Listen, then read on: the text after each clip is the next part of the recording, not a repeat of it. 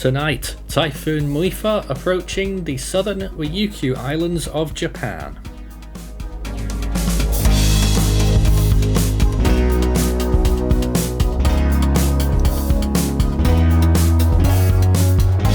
And now the latest around the wide world of tropics.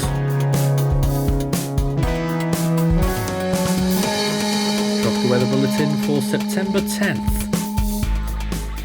So right now we have a few systems active, Hurricane Earl being the strongest, powering away from Bermuda, and Muifa, which is strengthening as it approaches southern Japan, the islands, and Taiwan, could become a major typhoon in the next few days.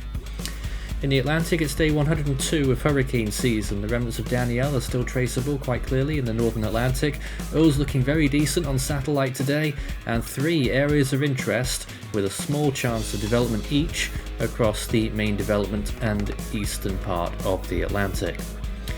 In the eastern Pacific, we have Tropical Storm K, which is very much on its way out now and has a very short time left as it steers westwards just off the coast of the northern part of Baja California, very far north in terms of usual tropical cyclones, and California is feeling it. Muifa there as a typhoon now, category 1, expected to intensify later, and we have 2 other areas of interest, a 30% which has a high chance later on, and an 80% much further towards the east which has a high chance now. In the Indian Ocean, there's no areas of interest anymore. We're just still looking at the potential of heavy rainfall from a tropical disturbance which is over the northern Bay of Bengal, but we're not seriously considering a tropical cyclone to come out of that anymore.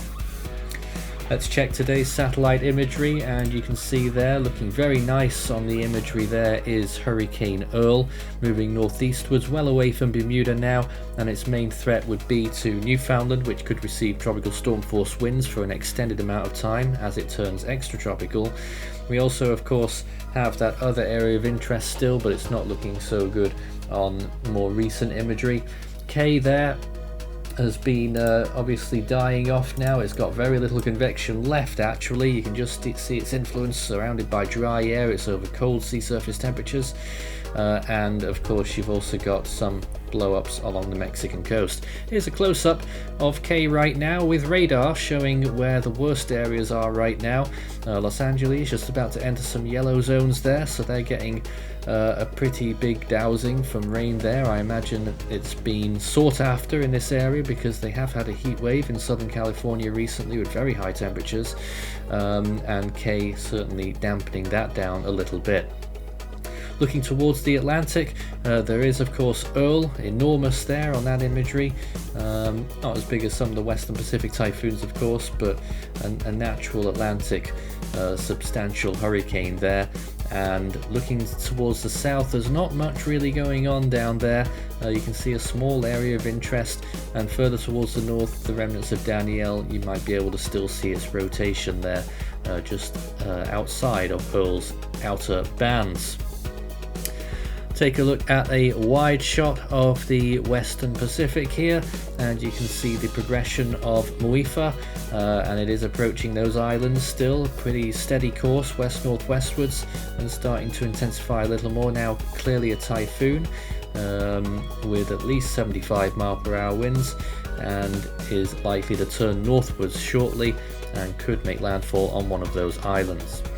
Looking at the Indian Ocean, you can see there once again generally monsoonal patterns. There is a disturbance in there somewhere with a surface low, but in general it's just a lot of rain resulting from that system, some of it extending towards the west as well. And across the Australian region, satellite imagery from Himawari 8 still not the best right now. We're only getting infrequent updates, but generally the picture looks fairly calm. A front moving through there in the central part of the country. Sea surface temperatures showing that they are well off the course now for K, barely 20 degrees Celsius, so it's been on borrowed time for quite a while, to be honest, since its landfall yesterday. In the Gulf of Mexico, very warm sea surface temperatures still for any storm that might enter that area. As for Earl, it is just starting to leave some very warm SSTs from around 28 degrees down to 26, and it will start to turn post-tropical in about 24 hours time.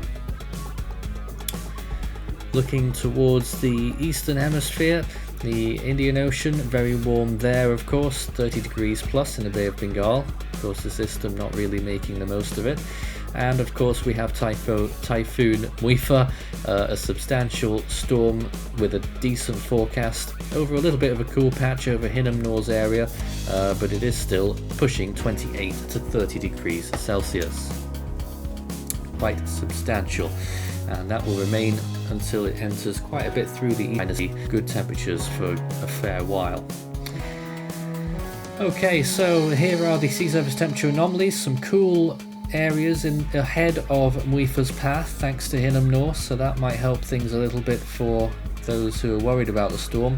K is taking advantage of very high sea surface temperature anomalies, and so is Earl compared to average. I mean, they probably would have weakened much more quickly had that not been the case. And take a look at the oceanic heat content once again in the Caribbean Sea, extremely high values extending up the loop current and up the Gulf Stream. Western Pacific also very warm conditions there, and the Eastern Pacific just a few little flourishes off the coast of Mexico, which is where one or two storms could form in the next 5 days. Well then, let's check those models. Earl is speeding off northeastwards there, it then gets caught up and stalls for a while. Danielle's influence continues eastwards, striking Spain, and Earl there continuing as a post-tropical cyclone crossing the Atlantic very slowly, very large wind field. But in the actual tropical zones, it's the subtropics talking right now, but in the tropical zones, really nothing much showing up on the forecast there for the next 5 days. We were seeing stronger signals in previous updates, but right now only 10% for all three of the current systems. Eastern Pacific, there's K eventually shoveling off towards the west and then south, and towards the very end of that 5-day period you can see a potential new tropical cyclone forming. It would be a short-lived one if it does that along the southern coast of Mexico, but in general the Eastern Pacific now looks like it's going to be a little bit quieter in the next 5 days. Of course, K being one that came out of almost nothing really and was a borderline category 2. It could have been much stronger as well. So it would appear it's the Western Pacific's time to shine, with Typhoon Muifa there once again moving through the westernmost Ryukyu Islands, affecting Taiwan as well, and actually stalling along there, and then entering the East China Sea towards the north, and could still be a problem for Shanghai. Look towards the east though, a high chance of development for that area of interest, and there it is, becoming a typhoon at a very far east longitude, and extending to a high latitude as well there, moving off towards the north, and it could even enter the Central Pacific before it turns post-tropical. Take a look at the rainfall indices for Muifa, and you'll note once again that it's those same islands that were affected by Hinam Nor that are going to get a lot of rainfall yet again. Over 20 inches possible for some of those western islands, the Yaeyama Islands of Japan and Yonaguni, which could receive over 500 millimeters. To the south, where the storm is stalling, just a little bit south of where the storm will impact, rainfall amounts could reach 40 inches, which is 400 millimeters, isn't it?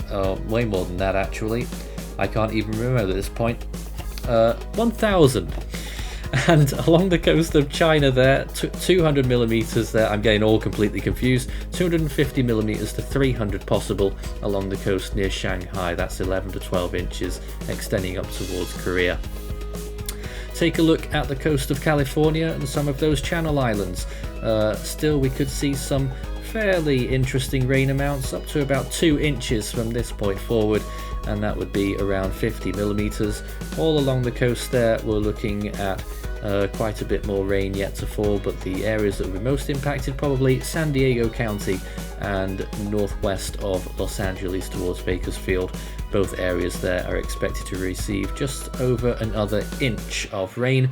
But of course, this is the GFS model. It's slightly poor resolution, and it could be quite a bit higher than that, especially when we saw those radar returns in that earlier satellite imagery. So certainly be on guard for more rainfall, potential for flash flooding, and obviously hazardous travel conditions. Course K almost done at this point, and off it goes. Let's check the longer range, 5 to 10 days. Looking at the Western Pacific, that typhoon to the east moves off, and then Muifa there, all along the coast of China, and then moving northwards, barely reaches typhoon through that East China Sea section. Then this big enormous thing follows in behind it. My goodness, this eventually results from, I think, the middle area of interest that we currently have marked as a 30%. There it is, eventually forming on the 17th. That's 7 days from now, and eventually looking how enormous it gets as it approaches the central Ryukyu Islands. Who knows whether that will happen yet. Anyway, that's the serious stuff done and dusted. You can scan the barcode and take a look at the 413 merch store, where we have our usual products as well as animations on request, full seasons and individual animations, and the Still Waiting for Hone t-shirt. Anyway, here is the long range for the Atlantic, suggesting that maybe it will spit out 1 or 2 more systems, but generally fairly weak. And those who are expecting massive amounts of activity in the Atlantic, well, I think we may have just seen our peak with the storms that we've just had with Earl and Danielle. So looking towards the next period here, yep, it's going to be a struggle to see where our next storm might come from. Possibly a system moving up the western coast of Florida, maybe a system that's out to sea towards Bermuda once again, something to watch out for, and one down in the Bay of Campeche there right at the end of that run, but that's on the 25th, it's way out. And looking at that enormous typhoon, gigantic, and affecting Japan and Korea once again, a storm of that size would be an enormous concern for everyone involved, and just that very large systems can have really widespread impacts that smaller systems, even if they're category 5s, cannot quite achieve. So that one, a category 3 moving through Okinawa and then on towards Kyushu, then later on 2 more systems forming behind it right at the very end of the run, 25th of September, a long way out. It's very uncertain. Well, this is what a peak season really looks like. September 10th, 1961, where we had 3 hurricanes, 2 typhoons, 1 tropical storm and 1 tropical depression active around the world. Carla was a category 4, headed for its enormous landfall on the coast of Texas. There's a damaged photo in the picture.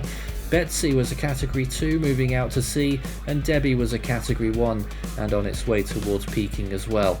Orla was a tropical storm in the eastern Pacific, Pamela was briefly reaching a category 4 peak, and Nancy was starting its enormous reign of category 5 days in the western Pacific.